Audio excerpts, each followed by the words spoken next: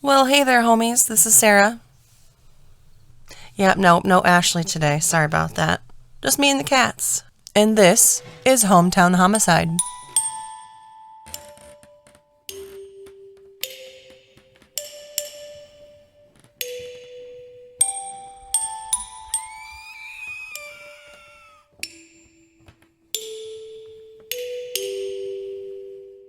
If you're listening to this, you very well know that this episode is late today. I've spent the last hour trying to figure out why my laptop wouldn't connect to my internet. My phone was working on my internet fine, but my laptop wasn't. I was like, okay, maybe it needs to do an update. I restarted it. Took forever. Didn't work. Ran the troubleshooting like 17 fucking times. Finally went and unplugged the router for like a minute and then plugged it back in, and oh, would you look at that, it fucking works. So, yay, technology. But yes, with the busy weekend Ashley had with family in town and the wedding and all that, and then the busy weekend that I had with, I was on vacation, so I went down to see some family and then had to get stuff ready on Friday for Saturday, and then Saturday was an all-day affair, and then yesterday it was the official start to NFL season because it was the first Sunday football. Go Chiefs. They won yesterday, so I'm happy. But anyway, today isn't a real full story for you guys, and I apologize. It was Ashley's week, but with her being busy and stuff, and we didn't want to not put something out today. In light of recent events, I thought I would maybe go over some tips for women's safety. If you're wondering what recent events I'm referencing, in Memphis, Tennessee, Eliza Fletcher was abducted. She was trying to go out for a run early in the morning. Now, some people are dogging on her, as some people do, about, well, why was she going out that early, blah, blah, blah. Well, who fucking cares, first of all? If she wants to go out that early for a run, she should be able to. Maybe it's because the kids wouldn't be up yet. Maybe she had to be at work at 6, and that's the only time she had to run, and that's like her thing for the day. Maybe, I don't necessarily know how hot it was going to be that day, but maybe she wanted to beat all the heat before everything got going on. It doesn't matter.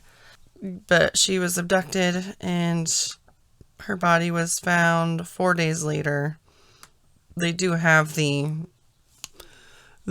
culprit that did it, so that's excellent.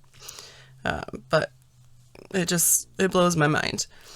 Obviously, if you're from Iowa, or at least the Midwest, and I know it was national news, but a very similar case, at least, was Molly Tibbetts, which actually Ashley is maybe going to do for next week. But Molly Tibbetts just wanted to go for a run, and that simple thing led to her death. People don't know how to act appropriately in society. And sadly, women have to think about things that they do or want to do or how they look or whatnot to hopefully be safe. That's so not fair for us, but it is what it is.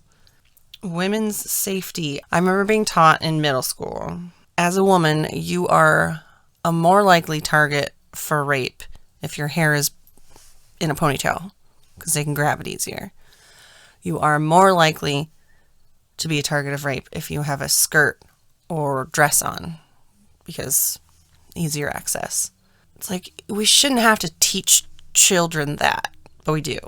Another thing, women's safety stuff, and I guess human trafficking doesn't have to be just women, but I guess human safety stuff. I've seen 2 TikToks now that talk about loose zip ties on a person's car. I didn't know about this until the first one I saw on TikTok, but do a check around your vehicle. Whether you're single or not, kids or not, male, female. I guess it is a way that human trafficking people, agents, mark like a car that belongs to someone that is maybe vulnerable or not an easy target necessarily, but they kind of keep track of them. And it's on like a door handle, and it's loose. It's just kind of put on there. But a zip tie on the door handle, zip tie on the rear windshield wiper. I saw comments on TikTok that were saying if there's something on your vehicle that should not be, that's probably some sort of indicator. But also, do not take it off then and there. I mean, unless you're like back at home. If you see it while you're out, do not try to take it off then. You get in your vehicle, you lock the door, and you go to a safe place, go home. You know, another tip on that is to not try to take the time to do it, especially in public, because if we're listening to these podcasts, we know that things happen in public. Even in the middle of the Target parking lot, people get snatched. So while I was trying to find a good list of tips for, anyone, but specifically aimed towards women to stay safe, I found an article that was 8 safety tips for women from a woman cop. And I was like, ooh, this would have some good insight, I feel. And I haven't even made it through the list yet, and there's definitely one I didn't think of. First of all, though, number 1, this cop says to never get into an attacker's car if he pulls a gun and orders you to get into... Wow. If he pulls a gun and orders you to get into his vehicle. Most attackers don't want to shoot you. They want to get you into the car so they can drive you to a deserted location and do whatever they want to. Do not comply. Instead, run away screaming. Which, by the way, brings me to another one I was thinking of yesterday. I was talking to some friends about this. Another thing we were taught as far as ponytail makes you a target, skirt or dress makes you a target. If you are being assaulted, 20, 30 years, they've told us, don't yell rape. Yell fire. Because that is more effective at getting someone's attention over yelling rape. Which is so beyond messed up. But those are things that have stuck with me. And it's sad that, like I said, it's sad we have to do that. Number 2 is while driving, never pull over if someone comes alongside you and points at your car pretending something is wrong. If this happens, drive to the nearest well-lit and populated gas station, or, police station probably, and look your car over for yourself or ask an attendant. Believe it or not, many women have fallen for this for fear of their car spontaneously exploding in the middle of the roadway. Those were her words and my giggle, sorry, but always lock your car doors while driving, which I guess the last couple cars I've had, they automatically lock while I'm driving, but I do, as soon as I get in my vehicle, I lock the door. I hate it. Every time I do it, I'm like, I hate this, but better safe than sorry. The always lock your car doors thing, she said that she had read several cases where an attacker simply walked up to a woman's car while she's at a traffic light and jumps in with, a weapon. And like I said, my last couple cars, the doors automatically lock, so I wouldn't even have thought of that, but it is a good tip. Now, this was the next one that stopped me, and I never thought of it before. When having your car serviced, only give the attendant your car keys and detach the keys to your home. Never once have I done that. I have always just handed the thing over. I guess maybe I did a long time ago, but where I work now is right next to a service station, and I'm not going to need my house keys while I'm at work. I don't need anything else. I just give them my whole spiel, walk across the parking lot and go to work for the day, and then go back at the end and pick it up. Now, you would like to think that people that work in places like that wouldn't make a copy of your house key and then look up your address that is on file in the computer that they look up for your car each time.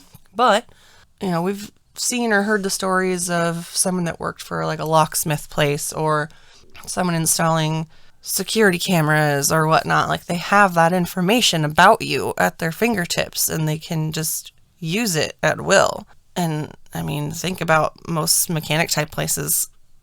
I guess I shouldn't say most. I would think they could make a copy of a key because logically, car keys. So you got the wrong person in the right place at the right time, and they could make some serious plans to harm you. Number 5 is stay alert in parking lots. If you go to a grocery store at night, don't be shy about asking for an escort to your car, which I guess I've never thought about, but is a good idea. I'm just usually on a swivel the whole time. Too many women are abducted from or even raped in parking lots. Be aware of your surroundings by looking to the left and right and behind you with your head up at all times, aka swivel. You may appear paranoid and look funny to others, but an attacker will think twice about approaching someone who appears to be so aware of what's going on. Cars provide endless hiding places for attackers, both inside them and in between them. In addition, always look in your back seat before entering your car, which sounds silly, but valid. I know it goes back to that whole urban legend thing, but out of a lot of the urban legends, that one, at least someone being in your backseat, not necessarily someone flashing their lights behind you and like trying to get your attention and stuff, but the one with, or someone hiding in your backseat, not my backseat because there's a bunch of crap back there, but it's a very valid thing. And even if you lock your car all the time, it doesn't mean someone couldn't jerry-rig pop the lock or what have you. Number 6, just because a stranger may look innocent and clean-cut doesn't mean you should trust them, which that's the best way to get someone to trust you is you look normal, you seem normal, you seem nice. Like, oh, this person's, even women to women. Like, you can't necessarily trust anybody, honestly. I'm not that paranoid, but, I mean, what better way to distract a woman by using another woman as bait? Because you're not going to necessarily suspect them. This cop says she sees mugshots of attackers and sex offenders, and they do not all look like monsters. They often look like they could be your friendly neighborhood guy. They are every age between 15 and 90, and only a small minority actually look scary. At the time of this article, she had just read a case of a man with only one leg who beat up his victim with his crutch before he raped her. Sorry, I obviously didn't read all that yet. That's wild. Oh, Jesus. But those Dahmer seemed like a nice guy. Frickin' Ted Bundy was charming and had girlfriends, and they can seem normal. I'm not saying everybody's a serial rapist if they're a rapist or an attacker, but they can seem totally normal. Number 7, child molesters often end up being the last person parents would suspect of wrongdoing. In most child molestation cases that this cop would see, the perpetrator is someone close to home: the stepfather, uncle, sister, or mother's boyfriend, the grandfather, babysitter, neighbor, family friend, youth camp director, daycare worker, etc. And I'm glad she put youth camp director in, because predators put themselves in positions to obtain what they want. They might be a little league coach. They might be Boy Scout director? Boy Scout leader? I'm not a Boy Scout, so I don't know. But they put themselves in positions that they can easily access what they want. And obviously you shouldn't be suspicious of every single coach, teacher, babysitter, neighbor, whatnot. But we hear so much more nowadays about people coming forward with stuff because people are being able to be more open about things. There's still that stigma of like you feel ashamed. It's an unrealistic feeling, but that you yourself feel ashamed when something happens to you. And you shouldn't feel that way, but then you don't come forward about it, and it unfortunately continues. Continuing with the child molesters, number 7 here. She said, in every case, the perpetrator seems to be a, quote, nice guy, trusting and good with children without signs of suspicion. Families are often baffled or in disbelief that the person could be abusing their child. When it comes to your children and grandchildren, be suspicious of everyone, no matter who they are, and pay attention to what your child says and how he or she reacts to the mention of different people in their lives. Which, there's a story I was doing research on, and there just really wasn't a whole lot to go into about it, but this little girl that got murdered when she was at her grandparents'. She absolutely didn't want to go home to her dad. She's like, "You don't love me?" They knew things were bad and they had filed some reports with the DHS or whatever the entity is in their state. But she desperately didn't want to go home. And that was the last time her grandparents saw her, because then she was killed by her father. It's sad, and I know there's different hoops to have to go through, especially when it is a grandchild, or, you know, like if there's a divorce or separation and one parent says one thing and it can get hairy, but definitely listen to what the kids say. Number 8, which is the last one on this cop's list. Never open your front door without positively identifying who is there. If you don't have a peephole, get one. I've seen countless cases where attackers gain access to victims simply by knocking on their doors. Don't let an attacker get into your home. He then has a private, relatively soundproof place to attack you. I will link that list in the show notes, which, by the way, we haven't mentioned it in a while, but we do have show notes that at the bottom list all our sources, or might direct you to our website for the sources, depending on if there's a whole crap ton of sources. So, just FYI, we do cite everything. Just checking out a couple other lists here for anything that I might not have mentioned and that maybe you or I have not thought of before. Obviously, cell phones are a big part of our lives now, but if you're walking by yourself, get off your cell phone. Which, I was just talking about this yesterday too. Listening to music or podcasts while running or walking, I never put both buds in. I'll only put one. And actually, I have a portable speaker that's got a built-in carabiner, a JBL Clip 3. Not sponsored, but that thing works like a charm and is waterproof. So I take it on the kayak. But I will clip that to the back of my little hydro water pack thing if I'm going for a walkabout. I don't really care that the neighborhood, it's not like super loud, but the neighborhood's going to hear my random mix of music. I don't really care. I'd rather have my ears not blocked. So if someone came up on me or whatnot. The girl I was talking to, Laura, she runs. She likes to run, which more power to her. But she said she'll put them in, but she won't have the volume up very loud, I think is what she said. Because she's used to having to watch her surroundings as well. This list includes looking underneath your car before approaching it in a parking garage or parking lot at night. Oh, yeah, this one. If you go to your car and you see that a van is parked right next to the driver's side, enter through the passenger side. Predators often use vans and will disguise it as a family car, even using baby on board decals. Which reminds me, I saw something on Facebook recently of like, what are you driving around advertising or something like that? What information are you driving around? And it's a very valid, the sports stickers with like, you know, Xavier number 23 and it's a basketball, or Linmar 17 and it's a softball. Things like that. It's like, let me introduce you to our children. And because they're involved with extracurriculars, we'll be gone most evenings and or weekends for practice or games. We have a small breed dog and answers to the name Max. Like there's a little picture of a Frenchie with the dog's name on it. Usually when I see pet stuff, it's just like the breed, but still. Like a bumper sticker, like proud honor roll parent, Prairie High School. Well, then you know now where that person's kid attends high school. Different like hunting or fishing logos and stuff. We like outdoor sports and may have expensive equipment at home or possibly in the car. We'll also be gone on most weekends during peak seasons, leaving our house unattended. And this one, I mean, there's some other ones, but they're kind of all along the same lines. Personalized license plates. My personalized license plate is easier to recall should I unintentionally offend someone or if someone wants to keep track of my vehicle.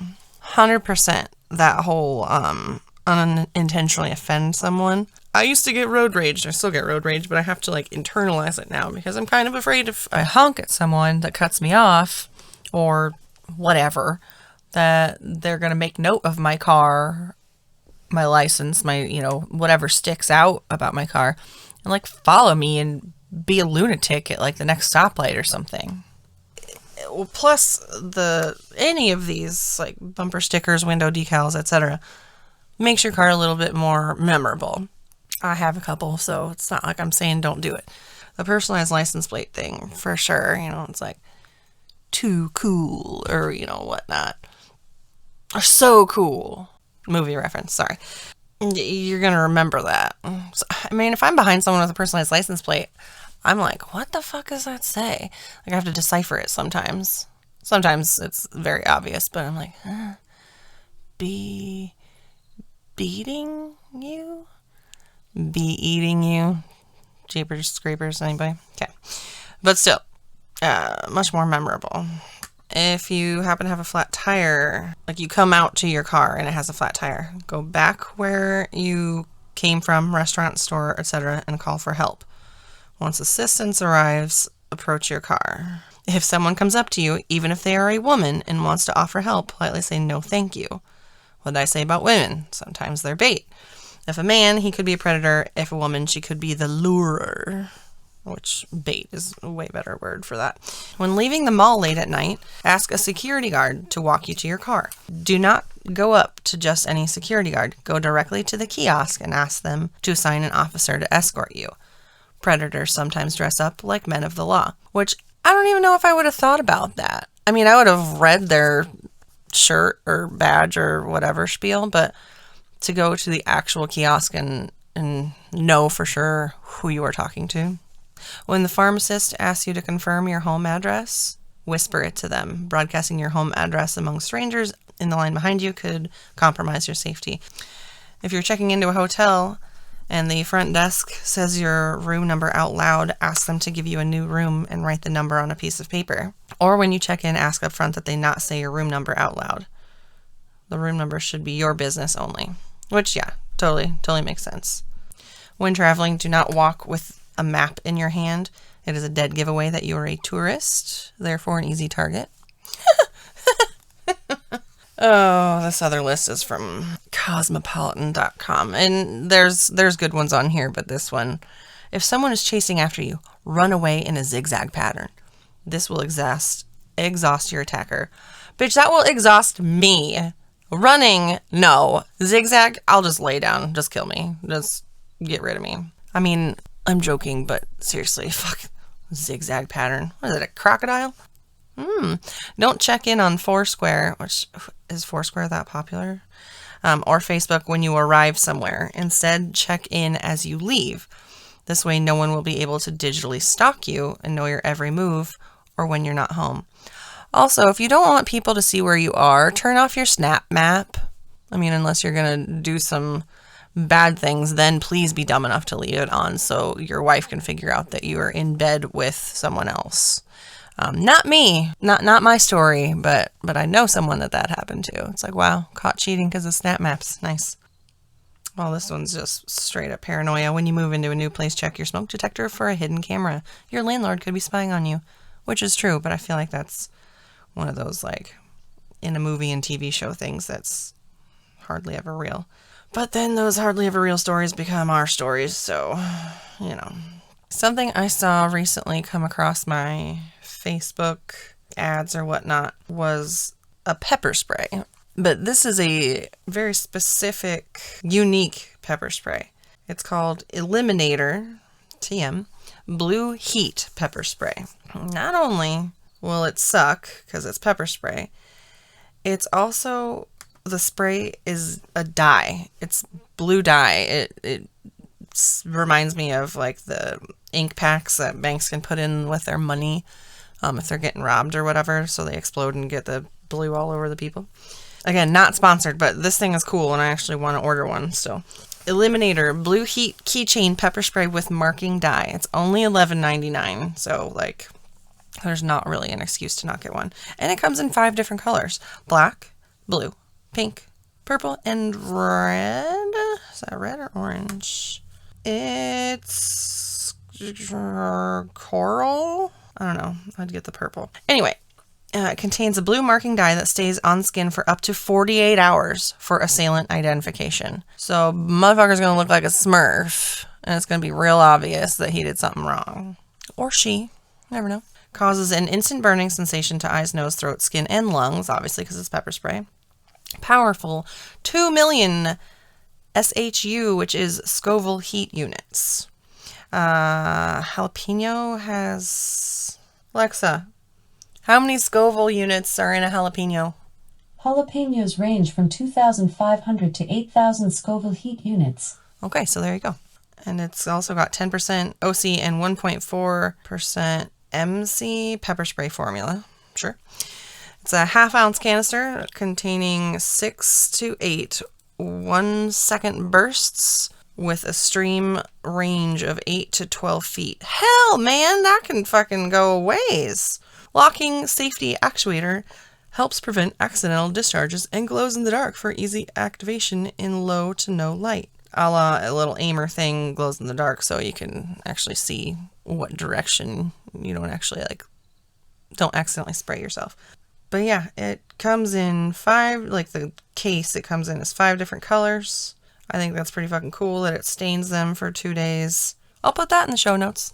I think that kind of wraps up my women's safety spiel. If anybody out there has any other tips or tricks or hacks or whatnot for maintaining personal safety, then send them in right on an Instagram post, Facebook post, tweet at us. All our handles are at Hometown Homicide Podcast, except for Twitter is at Ope Murder. So you could submit stories to us, which we could reveal as, anonymous, or use your name if you want. Crime stories, ghosty stories, a story that needs covered, whatever. Podcast at hometownhomicide.com.